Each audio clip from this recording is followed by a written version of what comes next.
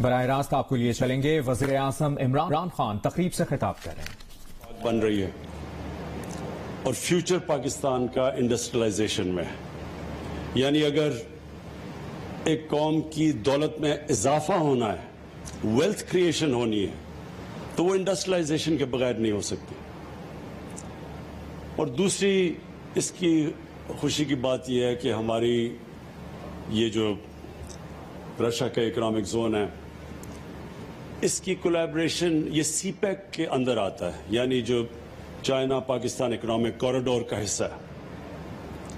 یہ بھی بڑی خوشائن چیز پاکستان کے لیے اس لیے ہے کہ آج اگر دنیا میں جو سب سے تیزی سے ملک ترقی کر رہا ہے وہ چائنا ہے، اور اس کی جو ترقی ہے اس سے ہم سب سے زیادہ سیکھ سکتے ہیں. جو مغرب کے ملکوں کی انڈسٹریلائزیشن ہے وہ پرانی ہے، اور وہ اس سے ہم ریلیٹ نہیں کر سکتے، یعنی اس کی جو انڈسٹریلائزیشن ہے اس سے پاکستان اتنا نہیں سیکھ سکتا. لیکن چائنا کی سب سے ریسنٹ یعنی جو انڈسٹریلائزیشن ہے وہ پچھلے 30-40 سال میں چائنا انڈسٹریلائز ہوا ہے، اور جس تیزی سے ہوا ہے اس سے ہم بہت کچھ سیکھ سکتے ہیں. میں رشیا کے اکنامک زون کے لیے ایک چیف منسٹر صاحب آپ کو پہلے ایک وارننگ دے دوں. یہ جو مجھے آپ دکھا رہے تھے کہ اس میں بڑا انٹرسٹ ہے لوگوں کی، اس کو کالونائز کرنے کا، زمینیں خریدنے کا. یہ ان کی زمینوں کو بالکل بیچے نہ. یہ تو بڑا اچھا ہو گیا کہ ہمارا سینچری سٹیل آ چکا ہے، چائنیز کی فرم، وہ تو آ گئی. لیکن ان کو لیز پہ رکھیں، اور لیز پہ کم پیسے پہ لیز کریں، کیونکہ جو بیچیں گے، خطرہ یہ ہے کہ جب آپ ان کو زمینیں بیچیں گے یہ پھر ریل اسٹیٹ بن جاتی ہے. ہماری جو کئی انڈسٹریل زونز ہیں وہ ریل اسٹیٹ اسپیکولیشن میں چلی جاتی ہیں. قیمتیں اتنی بڑھ جاتی ہیں وہاں کہ وہ جو انڈسٹری ہے وہ وہاں آتی نہیں ہے، کیونکہ انڈسٹری اگر پہلے اتنی مہنگی زمین خریدے گی، پھر اس کے اوپر انڈسٹری لگائے گی، تو اس کے پاس نفع تو نہیں بچنے لگا زیادہ. اس لیے وہ انڈسٹریلائزیشن کے سامنے بہت بڑی رکاوٹ ہے کہ یہ جب اسپیکولیشن میں زمینیں بکنی شروع ہو جاتی ہیں. لہٰذا ان کو لیز پہ دیں، کیونکہ میں یہ چاہتا ہوں کہ صحیح معنی میں جو لوگ انڈسٹری لگانا چاہتے ہیں وہ یہاں آئیں، بجائے اس کے کہ لوگ جو پراپرٹی کا وہ جو سارا پاکستان میں اسپیکولیشن میں کام شروع ہو جاتا ہے، یعنی پراپرٹی کی قیمتیں بڑھتی جاتی ہیں صرف اسپیکولیشن پہ. دوسری چیز جو پاکستان کو سب سے زیادہ ضرورت ہے، ایکسپورٹ کے لیے انڈسٹری لگیں. ہمارا مسئلہ کیا رہا ہے آج تک؟ جب سے پچھلے 50 سال سے، اس سے پہلے پاکستان بڑی تیزی سے انڈسٹریلائز ہو رہا تھا. ہمارا مسئلہ یہ رہا کہ ہم نے ایکسپورٹس کے اوپر توجہ نہیں دی. اب جب تک آپ دوسری دنیا کو چیزیں زیادہ بیچیں گی نہیں، آپ کی دولت کیسے بڑھے گی؟ تو اگر آپ کی ایکسپورٹس نہیں بڑھتی تو ملک کی دولت تو نہیں بڑھنے لگی. اور صرف ہم اگر اپنی اناج بیچیں، گندم بیچیں، چینی بیچیں یا چاول بیچیں، اس سے تو پاکستان امیر نہیں ہونے لگا. ہماری جو اوسط آمدنی ہے اس سے تو اوپر نہیں جائے گی. تو چائنا سے جو ہم سیکھ سکتے ہیں، انہوں نے جو انڈسٹریلائز کیا، انہوں نے جو انڈسٹریلائزیشن تھی، انہوں نے خاص توجہ اپنی ایکسپورٹس پہ دی. ان کی جو اسپیشل زونز بنی انڈسٹری کی، وہ اس میں صرف شروع میں ایکسپورٹ کے لیے انہوں نے دنیا سے انڈسٹریز کو کہا کہ آ کے یہاں سے ایکسپورٹ کرو، اور ادھر سے ان کی ڈیولپمنٹ شروع ہوئی. ہم نے کبھی بھی ایکسپورٹس کے اوپر توجہ نہیں دی. تو یہ جو رشیا کی جو انڈسٹریل اسٹیٹ جو اسپیشل اکنامک زون بن رہی ہے، اور وہ بھی سی پیک کے نیچے، یہ ہمارے لیے ایک بہت بڑی اپرچونٹی ہے کہ جو آپ کی یہاں اتھارٹی بنے گی، اس کے لیے بڑا ضروری ہے کہ پریفرنس دیں. اگر زیادہ لوگ آنا چاہیں، ایکسپورٹ کی انڈسٹری کو پریفرنس دیں. اور دوسری چیز کہ ون ونڈو آپریشن، کیونکہ آپ نے اب اتھارٹی بنائی ہے، اس کا مقصد ہی یہ ہے کہ جب ایک انویسٹر آتا ہے اس کے لیے آسانیاں پیدا کریں. جتنا انویسٹر کے لیے آسانیاں پیدا کریں گے اتنے زیادہ انویسٹر آئیں گے. ہمارے اب تک بدقسمتی سے ہم انویسٹر فرینڈلی کنٹری نہیں رہے. ہم انویسٹرز کے لیے آسانیاں نہیں ہم نے پیدا کی. سمپل یہ لاجک یہ ہے کہ ایک انسان, میں اگر اب میرے پاس پیسہ ہے اور میں کچھ کاروبار شروع کرنا چاہتا ہوں تو میں کاروبار تو تب شروع کروں گا اور اس میں سے مجھے نفع ملے گا. میں خیرات کے لیے تو کاروبار نہیں لگاتا. تو انویسٹر ادھر آتا ہے جدھر اس کو پروفٹس ملیں. تو پروفٹس ملنے کے لیے گورنمنٹ کا کام ہے ان کے لیے آسانیاں پیدا کریں, اور یہ جو اسپیشل اکنامک زونز ہیں ان کے اندر انسینٹیوائز کریں. اس وقت چائنا کے اندر بہت ان کی انڈسٹری ہے, کیونکہ ان کی جو لیبر کی قیمتیں ہیں جو وہ اتنی اونچی بڑھتی جا رہی ہیں کہ ان کی بہت سی انڈسٹری ہیں جو اب دوسرے ملکوں میں جا رہی ہیں جدھر مزدوروں کی کم قیمت ہے, یعنی لیبر کی تنخواہیں کم ہیں. بنگلہ دیش جا رہی ہیں, ویتنام جا رہی ہیں. تو ہم پوری اب کوشش کر رہے ہیں, میری گورنمنٹ پوری کوشش کر رہی ہے کہ ہم ان کو وہی انسینٹیوز دیں تاکہ وہ بجائے ادھر جانے کے پاکستان آئیں, کیونکہ ہمارے اس وقت پاکستان ایک اٹریکٹیو جگہ بن سکتی ہے. صرف ہمارا مسئلہ یہ ہے کہ وہ جب انویسٹر آتا ہے تو ہم اس کے لیے اس طرح کی آسانیاں نہیں پیدا کرتے, اس کی رکاوٹیں نہیں دور کرتے. تو وہ بھی ہماری پوری اب بورڈ آف انویسٹمنٹ کے ساتھ ہم بیٹھ کے, اور میں خود پرائم منسٹر آفس خود, اب ہماری پوری کوشش یہ ہے کہ جو ایک تو انسینٹیوائز کریں تاکہ ہم اٹریکٹ کریں باہر سے بھی, اپنے لوگوں کو بھی, اپنے جو انڈسٹری لگانے والے ان کو بھی ہم اٹریکٹ کریں اور ان کو انسینٹیوائز کریں. کوئی ضرورت نہیں کہ پاکستانی جا کے اب دبئی میں بھی فیکٹریاں لگا دیتے ہیں, بنگلہ دیش بھی جا کے ملیشیا چلے جاتے ہیں, تو پاکستان میں کیوں نہیں انویسٹ کرتے؟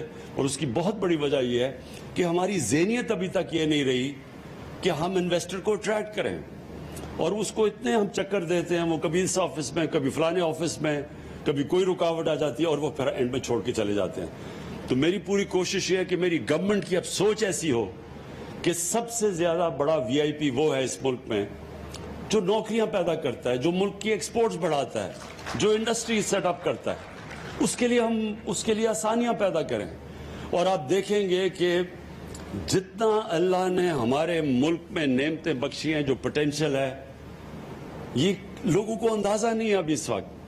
اب یہ دیکھیں کہ ہمارے جو حالات تھے آج سے 2.5 سال پہلے, پاکستان بینکرپٹ تھا, ہمارے پاس فورن ایکسچینج ریزروز میں اتنا پیسہ نہیں تھا کہ جو ہم نے قرضوں کی قسطیں دینی تھی, جو ہم نے باہر کی لائبلٹیز تھیں, پیمنٹس کے لیے ہمارے پاس پیسہ نہیں تھا, اور بڑی مشکلوں سے ہم نے وہ وقت گزارا.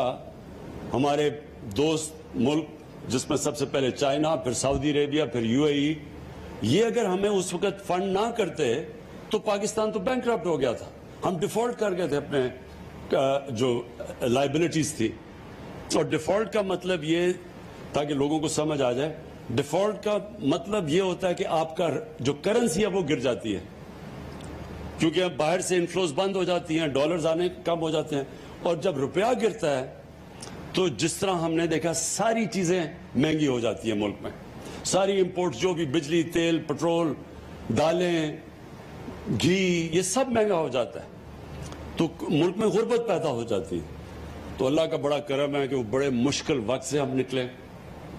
اس کے بعد ہم نے اپنی اکانومی کو سٹیبلائز کیا, اور لوگوں کو بڑی دشواریوں کا سامنا کرنا پڑا. عوام کے لیے, گورنمنٹ کے لیے وہ آسان ٹائم نہیں تھا. میں سمجھتا ہوں کہ میری زندگی کا وہ سب سے مشکل ٹائم تھا, وہ جو ہم نے 1.5 سال گزارے. پھر جیسے ہی اس سے نکل رہے تھے کرونا آ گیا, اور کرونا کا آپ دنیا میں دیکھیں کہ جدھر کرونا نے دنیا میں تباہی مچائی ہے, ہمیں تو ہاتھ اٹھا کے اللہ سے شکر ادا کرنا چاہیے کہ ہمارے ملک کو جس طرح ہم نکلے کرونا سے, شاید ہی دنیا میں 3-4 ملک ہیں کہ جو پہلے مشکل حالات میں تھے اس کے باوجود کرونا سے جس طرح وہ نکلے ہیں. اللہ نے کرم کیا, ہماری پالیسیز تھیں, NCOC کو میں خاص طور پہ, وہ ہمارا تھنک ٹینک بیٹھا ہوا تھا, ہر روز جائزہ لیتا تھا. لیکن ہم نے سب سے بڑا فیصلہ یہ کیا کہ ہم نے بڑی جلدی فیصلہ کیا کہ ہم نے لاک ڈاؤن نہیں لگانا, کیونکہ لاک ڈاؤن سے غربت پیدا ہوتی ہے, غریب کچلا جاتا ہے. امیر ملکوں میں بھی غریب لاک ڈاؤن سے کچلے گئے ہیں. تو ہمارا ملک تو پہلی مشکل حالات میں تھا. اگر ہم جو ایک وقت پہ بہت بڑا پریشر ڈال رہے تھے کہ جی لاک ڈاؤن لگا دو, کہ FIR کاٹو گے عمران خان کی وجہ سے لوگ مر رہے ہیں, وہ اگر پریشر میں میں آ کے لاک ڈاؤن لگا دیتا تو ہمارا وہ حال ہونا تھا جو آج ہندوستان کا حال ہے کہ نہ کورونا سے بچنا تھا، کیونکہ غریب لوگوں کو، بھوکے لوگوں کو تو آپ لاک ڈاؤن نہیں کر سکتے. آپ آدمی کو کہیں گے جی ہم آپ کو اس لیے بند کیا ہوا ہے کیونکہ بیماری نہ لگ جائے، لیکن وہ بھوک سے مار رہا ہے، وہ کتنی دیر اندر کمرے میں اپنے 4-5 بچوں سے اور فیملی سے بند رہے گا؟ وہ ہو ہی نہیں سکتا. ہندوستان میں انہوں نے کوشش کی، وہ نہیں ہوئی، تو کیسز بھی بڑھتے گئے، غربت بھی بڑھتی گئی. تو ہم نے جب فیصلہ کیا، اپنے لوگوں کو غربت سے بھی بچایا، اکانومی ہم نے بڑی جلدی کھول دی، کنسٹرکشن بڑی جلدی کھول دی، ہم نے اپنے ایگریکلچر کو بالکل روکا نہیں، اور ساتھ ساتھ ہم نے وہ جو سلیکٹیو جس کو کہتے ہیں سمارٹ لاک ڈاؤن، اس سے اپنے لوگوں کو بھی بچا لیا. اور آج اللہ کا کرم ہے کہ ہمارے سارے مخالف خود حیران پھر رہے ہیں کہ یہ ہوا کیا ہے کہ ایک دم تقریباً 4% گروتھ ریٹ پاکستان کی جو ابھی نظر آئی ہے، وہ سب کو، کیونکہ انہوں نے پہلے تو اتنی تنقید کی تھی کہ ملک تباہ ہو گیا، تو وہ سارے حیران بیٹھے ہیں. وہ کہتے ہیں جی جھوٹ بول رہے ہیں، یہ 4% گروتھ ریٹ ہی نہیں ہے. تو میں ان کو یہ کہتا ہوں کہ میں وہ کیپٹن تھا جو نیوٹرل امپائر لے کے آیا تھا. ہم دھاندلی سے جیتنے والے نہیں ہیں، ہم نیوٹرل امپائر سے جیتنے والے ہیں. انشاءاللہ یہ ایک بڑی خوشائن چیز ہے. ملک اب اس راستے پہ نکل گیا کہ آپ دیکھیں گے کہ ہماری انڈسٹری بھی بڑی تیزی، لارج سکیل مینوفیکچرنگ تیزی سے گرو کر رہی ہے. یہ سب سے بڑے انڈیکیٹر ہوتا ہے کہ ملک اب آگے، ملک کی دولت بڑھ رہی ہے. ہماری جو ایگریکلچر ہے اس کے اندر تاریخ بنی ہے، کیونکہ ہم نے کیا کیا کہ ہم نے جو سب سے بڑا فیصلہ کیا کہ جو ہمارے کسان تھے، ہم نے ان کو کہا کہ جو یہ شوگر ملز یہ ایک سال تک پیسے نہیں دیتی تھی جو کاشتکاروں کو، اور پھر یہ جو ان کو پرائس بھی ہوتا تھا، اگر 180 روپیہ پرائس فکس کیا گیا گنے کا، تو وہ 180 بھی نہیں دیتی تھی. وہ ایک ورڈ یوز کرتے ہیں، کٹوتی ہوتی تھی بیچ میں سے، وہ 120 پہ ان کو کیش پہ فارغ کر دیتے تھے. ہماری گورنمنٹ نے ان کو کہا کہ آپ نے فوری طور پہ پیسہ بھی دینا ہے اور پوری قیمت دینی ہے. اس قیمت سے اور جلدی پیسے ملنے سے جو پیسہ گیا کسانوں کے پاس، انہوں نے اپنی زمینوں پہ لگایا. اس باری ریکارڈ پیداوار چاول کی، مکئی کی، گندم کی، گنے کی ریکارڈ پیداوار ہوئی ہے. تو ریکارڈ پیداوار اور پیسے بھی ریکارڈ ملے ہیں ان کو. اس کی وجہ سے خوشحالی آئی ہے. سارے دیہاتوں کے اندر ٹریکٹرز کی ریکارڈ سیل ہوئی ہے، موٹر سائیکلوں کی سیل ہوئی ہے، گاڑیوں کی سیلز ہوئی ہیں، فرٹیلائزر یعنی کھادوں کی سیل ریکارڈ ہوئی ہے. اس سے ہوا کیا ہے کہ سارے ملک کی اکانومی اٹھنی شروع ہو گئی اور ساتھ انڈسٹری بھی چل پڑی ہے. تو آگے میں اپنی قوم کو یہ بھی کہنا چاہتا ہوں کہ بڑا انشاءاللہ اچھا وقت آ رہا ہے. ہمارا ملک وہ جو بڑے مشکل وقت سے تھا، میں جو لوگوں کو کہتا رہتا تھوڑا صبر کرو، گھبرانا نہ، لوگ گھبرا جاتے تھے کیونکہ زندگی کبھی سٹریٹ لائن میں تو جاتی نہیں ہے، اونچ نیچ ہوتی ہے زندگی میں. تو جب نیچ آتی ہے زندگی میں تو انسان کو صبر کرنا چاہیے. قرآن میں اللہ نے کہا ہے کہ جو انسان کی سب سے اچھی صفت اللہ کو پسند ہے، مشکل وقت میں صبر کرنا. وہ کرتا ہے جس پہ اللہ کے ایمان ہوتا ہے. اور پھر قرآن کی آیت ہے کہ ہر مشکل کے بعد میں آسانی پیدا کرتا ہوں، لیکن یہ ایمان والے لوگوں کے لیے. اور اللہ کا کرم ہے کہ اب ہمارے لیے جو بہت مشکل وقت تھا وہ نکل گیا. جو میں اپنی قوم کو آگاہ کرنا چاہتا ہوں، جو اب خطرہ ہے ایک، وہ خطرہ یہ ہے کہ جیسے جیسے اب ہماری اکانومی بڑھتی جا رہی ہے، پریشر اب پڑے گا ہمارے کرنٹ اکاؤنٹ کے اوپر. کرنٹ اکاؤنٹ کا مطلب ہوتا ہے کہ ڈالر ملک میں کتنے آ رہے ہیں اور ڈالر ملک سے باہر کتنے جا رہے ہیں. ابھی تک جو پچھلے 8-10 مہینے میں ہمارا کرنٹ اکاؤنٹ، جو جب ہمیں ملی تھی گورنمنٹ 2.5 سال پہلے، 20 ارب ڈالر کا خسارہ تھا. پاکستان کی تاریخ کا سب سے بڑا خسارہ ہمیں ملا تھا. اب پچھلے 10 مہینے سے جو ہمارا کرنٹ اکاؤنٹ ہے وہ سرپلس پہ ہے. تو ہمارے ملک میں زیادہ ڈالرز آ رہے ہیں بنسبت باہر جانے کی، جس کی وجہ سے ہمارا روپیہ، یہ بھی پاکستان میں تاریخ پہ بڑا کم ہوا کہ پچھلے کتنے مہینے میں ہمارا روپیہ مضبوط ہوتا گیا ہے. اور ہم کوئی مارکیٹ کے اندر اپنے پیسے نہیں، ڈالر نہیں پھینکے، خود ہی مارکیٹ فورسز سے مضبوط ہوتا گیا ہے. اس کا مطلب ہمارے ریزروز بڑھتے گئے ہیں. تو ملک اس وقت ٹھیک جگہ پہ کھڑا ہے. لیکن خطرہ یہ ہے کہ جیسے جیسے ہماری اکانومی گرو کرے گی، تو ہمیں امپورٹس کی زیادہ ضرورت پڑے گی, ہمیں مشینیں باہر سے زیادہ بلانی پڑیں گی. جب تک ہمارے ملک خود یہ چیزیں نہیں بناتا تو خطرہ یہ ہے کہ ہماری جیسی جیسی اکانومی گرو کر رہی ہے ہماری کرنٹ اکاؤنٹ کے اوپر پریشر پڑے گا, ہمارے ملک سے زیادہ ڈالرز باہر جانا شروع ہو جائیں گے بنسبت اندر آنے کے. اس سے ہم نے اب بچنا ہے. ابھی تک تو ہمیں اوورسیز پاکستانیوں نے وہ کام کیا ہے جو کبھی پاکستان کی تاریخ میں پہلے نہیں کیا. ریکارڈ ریمیٹنسز بھیجی ہے انہوں نے ہمیں, وہ پیسہ بھیجا جس کی وجہ سے بہت بڑی وجہ کہ ہمارا روپیہ مضبوط ہے. تو انشاءاللہ ہم جو اب پلاننگ کر رہے ہیں کہ جس کو کہتے ہیں سسٹینیبل گروتھ, کہ ہم جب اب اپنے ملک کو آگے بڑھائیں گے تو ساتھ ساتھ ہم نے اس کے اوپر نظر رکھنی ہے کہ ہمیں پھر کبھی آئی ایم ایف کے پاس نہ جانا پڑے. آئی ایم ایف کے پاس ہمیں اس لیے جانا پڑتا ہے کہ جب ہمارا کرنٹ اکاؤنٹ ڈیفیسٹ میں چلا جاتا ہے, خسارے میں چلا جاتا ہے, ڈالرز کی کمی ہو جاتی ہے, روپے کے اوپر پریشر پڑ جاتا ہے, لہٰذا ہمیں پھر آئی ایم ایف کے پاس جا کے ان سے پیسے مانگنے پڑتے ہیں. تو ہم اب جس طرح جا رہے ہیں ہماری کوشش یہ ہے کہ یہ اور اس طرح کی جو رشیا کا اکنامک زون ہے اس سے ایکسپورٹس ہماری بڑھیں گی. تو ہم نے وہ پیریڈ جب تک ہماری ایکسپورٹس بڑھتی نہیں ہیں اس سطح پہ ہم نے پوری کوشش کرنی ہے کہ ہم نے ہر طرح اور زیادہ تر ہم ریمیٹنسز اوورسیز پاکستانی سے اور ہم ان کو انسینٹیوائز کریں گے کہ بینکوں کے تھرو وہ اپنا پیسہ بھیجیں.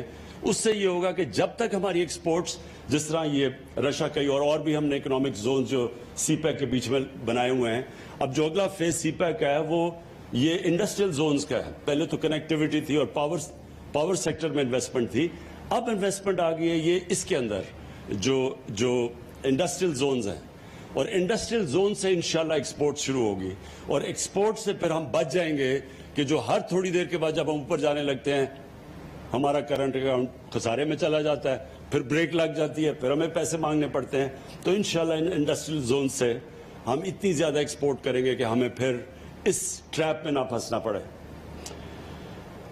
آخر میں پھر سے محمود خان آپ کو اور آپ کی ٹیم کو سب کو میں خراج تحسین پیش کرتا ہوں, کیونکہ آپ نے بڑی تیز کام کیا اس پہ یہاں پہنچنے کے لیے, اور مجھے پورا اس چیز کا علم ہے کہ ہمارے ملک میں ابھی عادت نہیں ہے کہ ہم انڈسٹری کو سپورٹ کریں اور کیسے ہم اس کو انسینٹیوائز کریں. تو ابھی بھی ہم رکاوٹیں ڈال دیتے ہیں.